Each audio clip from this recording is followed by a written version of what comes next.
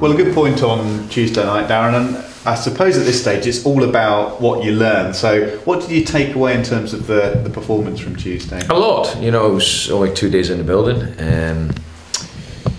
We went through it on Thursday morning, all the stuff we need to improve on, and showed the players and all the good stuff, and we want to continue that. And there was a lot of positives to take out of it. You know, we had some good movements, some good passing. We dominated possession, which was a clear way I want to play. But we've also got to be looking to impose ourselves in the last third of the pitch, which we did at times. I mean, the first 20 minutes of the game was not anywhere near what I expected or the players wanted. We were a bit 6s and 7s really. For reasons behind that, I don't know. Maybe, you know, Bristol, you have to give them credit. We certainly didn't impose ourselves on them. We lost too many challenges. So we spoke about the fundamentals of how to start a football match and to win a football match really. And they never change. You've got to do the nitty-gritty bit, and you hope then your ability takes over. But second half we controlled the game a lot better. We had some good openings. You know, obviously we had the 2 goals, but we had Ivan's two chances in the first half. Goddy's great chance in the second half. So 3 clear chances there to add to 2 goals. Plus Ivan, when he's gone through, he's clearly onside. So on another day you could have got more goals, which is a pleasing thing. And the other side of it is we've got to just make sure that the goals we lost, the concentration, they're definitely both avoidable. So, like the way I work, you look at it, you look at the things we need to improve on, you look at the things we did well, and you drive that home to the players because that's really important. And then you go on to the next one. Yeah, I suppose it's a classic case really of Rome wasn't built in a day. Are you happy though with the process so far and what the players have managed to take on board? Well, they've had a lot to take on board, and it's important that you don't overload them with too much because you know sometimes you can do that. But you know we didn't really do. We did a bit of stuff on the tactical board Sunday because obviously the players, a lot of them had played the day before. And then Monday you've got to be careful you don't do too much for them. Perhaps we did a little bit too much because of stuff we had to get in, but you know, they've been great, they've been good, they've been responsive. And obviously at home, the home form's not good. We need to change that. That has to change, and we need to be on the front foot. And we need to obviously try and get 3 points.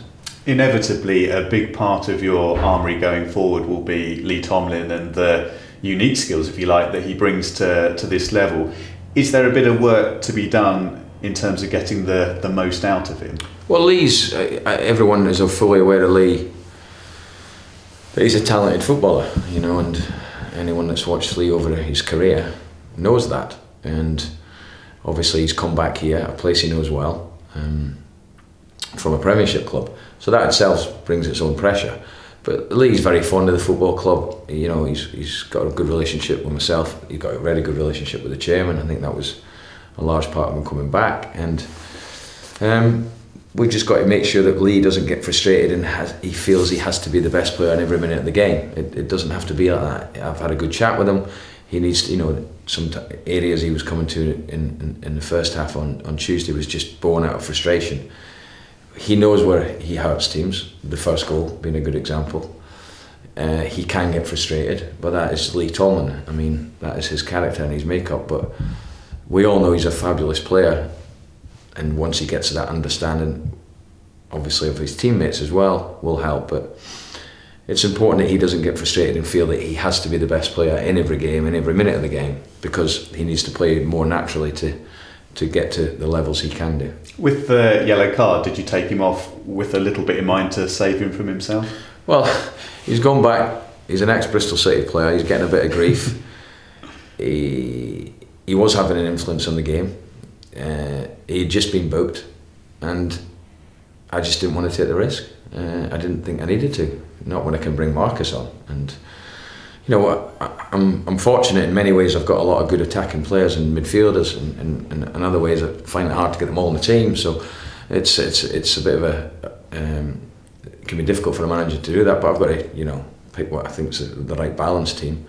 But no, listen, the situation with Lee, I brought Marcus on, and that's a very, very good person to come in. Yeah, Lee had that great partnership with Dwight Gale for part of your spell here last time around. Could you see yourself using him more in a forward role again, or do you see him as a player you'd like to utilise a bit deeper? No, you can do both. You can do both, and you can play right up, and still probably as a second striker, and it's just getting the right permutations. If we play a diamond, sometimes you play with two strikers and leave behind. We don't have to play a diamond. We will work and have one and other formations, but you can do both. I see him as a central player, definitely. I think he needs to be a focal part of what we build up in the between the lines, and I think Lee sees that himself.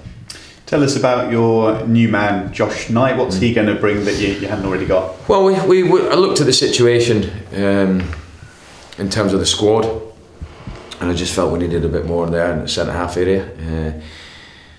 And Josh, we know well, and we've spoke to a lot of people about him. He's come from a good grounding in terms of Leicester. They're about as close as you're going to get to from under-23s to proper sort of league football. He's played in the Checker trade. There was one or two other clubs in the league trying to get him, but once we sort of came through that we were after him, he was keen on coming. And Leicester, like I say, is a very good ground, and we know the people there well. And he's had a good career, and now obviously he's out on loan. We've also got young Ben and a bit more experience on top of them, so that's a good signing for the club. And the good thing about Josh is he can play in 3 different positions, and I always feel, personally, I always like players that can be flexible, that can play in 1 different positions and 2 different formations. Yeah, would you be happy enough to have Josh and Ben together as 2 centre-backs? Would that be too inexperienced? No, I'd be happy. I'd be fine with that. Plymouth then, they've done exactly what they did last season really, started very slowly and they're seemingly enjoying it a bit more now we're in the second half of the season. Yeah, last season they had a fantastic second half of the season. They were on the brink of the playoffs at one point and just missed out. And then of course, yeah, you're right, they started poorly, but they're one of the form teams in the league. They've won 4 out of 5. They've got a certain way of playing. They've got some very, very good individuals at the top end of the pitch that can hurt you. So, as in every game, it'll be tough.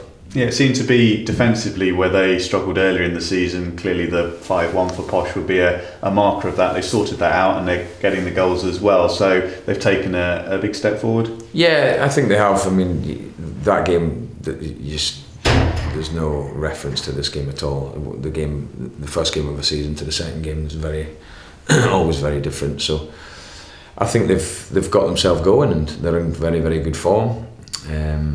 They've got a consistency to what they want to do in terms of personnel. They've got a striker that's in form, Ladapo, and the players behind them will produce if you let them. So we know what we want to do tomorrow. We know how we want to play on the ball, off the ball. The players are well prepared, and I look forward to obviously my first home game back, and hopefully we get a win because the home form's going to be pivotal. It's not been good enough for whatever reason, and we will speak about that tomorrow. Yeah, and I'm sure you'll tell me that it's not really about you, but a special moment to be walking back out at London Road as Posh manager. Yeah, and it's not about me. It's about the club and getting the right results and everything connected to the football club. But yeah, it'd be nice to come out, but even nicer at 5 o'clock we've got the win. Yeah, and overall, have there been smiles on faces this week? Clearly the late goal for Joe Ward would have made a difference at Bristol Rovers, but if the players look like they've been enjoying it and there's been a bit more relaxed, I suppose? I can only go on how I work, and I like to see people coming into work ready to go and looking forward to it. And I think the important thing, for me, and it can be difficult to do it in such a short space of time that we've only got, is the culture and the environment so important to how you work, and it's important that we have that right. But I can't comment on what was previous. I just comment on how I work and what the players have been like, and they've been very responsive. And one thing I would say is they showed a lot of character to come back twice the other night, and they kept believing in the way we wanted to play, which was important, but they got the just rewards, but they showed good character to come back. And the injury situation finally looking much the same? Nothing's changed since Tuesday.